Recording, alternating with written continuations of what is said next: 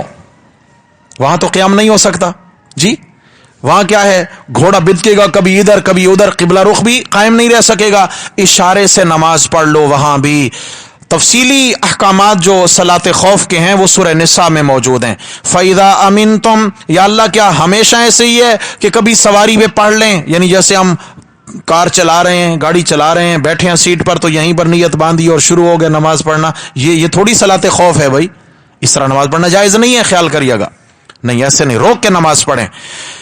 فرمایا فَإِذَا أَمِنْتُمْ، جب تم امن کی حالت میں آ جاؤ، اطمینان ہو جائے، امن، پریشانی ختم ہو جائے، دشمن کا خوف گیا، فَاذْكُرُوا اللَّهَ، اب تم اللہ کو اس طرح یاد کرو کما علمکم، جیسے اس نے تمہیں سکھا رکھا ہے. جو نماز کا خشوع خضوع سے پڑھنے کا طریقہ ہے پھر اسی طریقے پہ لوٹ آؤ. سمجھ آ گئی ہے؟ پھر اسی طریقے پہ لوٹ آؤ.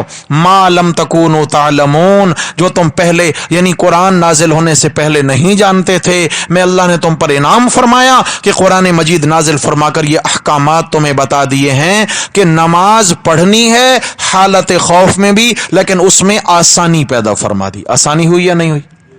میں مختصر 1 منٹ میں عرض کروں صلاۃ خوف کیسے پڑھی جاتی ہے تو سورہ نساء کے اندر آیت نمبر 102 کے اندر، ترجمہ بھی آپ دیکھ لینا گھر میں. طریقہ کار یہ ہوتا ہے کہ جیسے سفر میں نماز قصر ہو جاتی ہے، حالت جنگ میں بھی قصر ہو جاتی ہے. کتنی؟ 4 والی ہو گئی، 2 رکعت. اب قرآن مجید نے بتایا کہ اب یہ ایک ہی امام کے پیچھے نماز پڑھنا چاہتے ہیں تو کیا کریں؟ لشکر 2 حصوں میں تقسیم ہو جائے، ایک حصہ چلا جائے دشمن کے مقابلے میں لڑنے لگے، اور ادھر امام صاحب آ کے نیت باندھ لیں 2 رکعت کی، اور ایک حصہ لشکر کا آ کر ان کے پیچھے کھڑا ہو جائے اور ایسے ہی اسلحہ پہنے رکھیں، کلاشنکوف لگائے ہوئے، پسٹل لگائے ہوئے، تلوار سبحان اللہ. اس نماز کا مزہ ہی کچھ اور ہے. ایسا ہی ہے نا بھائی؟ کبھی لگا کے پڑھی ہو تو اس نماز کا مزہ خدا کی قسم کچھ اور ہے. اللہ تعالی ہمیں اس میدان میں بھی توفیق نصیب فرمائے. دل سے آمین کہیے نا، انشاءاللہ قبول ہو جائیں گے. پھر امام صاحب کے پیچھے آدھا لشکر آ جائے تو آ کے کیا ہے جی، یہ 2 رکعت کی نیت باندھیں. بڑا عجیب انداز ہے. امام صاحب کے ساتھ 1 رکعت انہوں نے پڑھی، جب رکوع کر لیا، دونوں سجدے کر لیے، اب کیا کریں؟ اپنا اسلحہ سنبھالیں، سلام نہیں پھیرنا، چلے جائیں دشمن کے خلاف لڑنا شروع کر دیں، اور وہ والی پارٹی آ جائے جو پیچھے ہیں، وہ والے آ جائیں اور وہ امام صاحب کے پیچھے کھڑے ہو جائیں. دوسری رکعت میں آ کر امام صاحب کو جوائن کیا تھا، ٹھیک ہے جی. اب انہوں نے کیا کرنی ہے؟ امام صاحب کے ساتھ 1 رکعت پڑھی ہے، امام صاحب کی ہو گئی 2 اور بعد والے آنے والوں کی ہوئی 1. امام صاحب سلام پھیر دیں، یہ کھڑے ہو جائیں، اپنی بقیہ ماندہ رکعت پوری کریں، اور جب یہ نماز سے فارغ ہو جائیں یہ چلے جائیں، وہ جو لڑ رہے ہیں 1 رکعت پڑھ کر گئے تھے وہ واپس آ جائیں اور آ کر پھر اپنی 1 رکعت یہاں پوری کر لیں. نماز درست ہو گئی. نماز اللہ تعالیٰ نے یہ آسانی دی ہے جہاد کی برکت سے. کس سے؟ نہیں بولیں؟ جہاد کی برکت سے. سمجھ آ گئی ہے؟ یہ بھی الگ سے صلاۃ خوف کا ایک شرعی حکم ہے جو سورہ نساء کی آیت نمبر 102 کے اندر موجود ہے. اللہ اس پر بھی ہمیں عمل کی توفیق نصیب فرمائے. اقول قولی ھذا استغفر اللہ واتوب الیہ. اخوانا ان الحمد للہ رب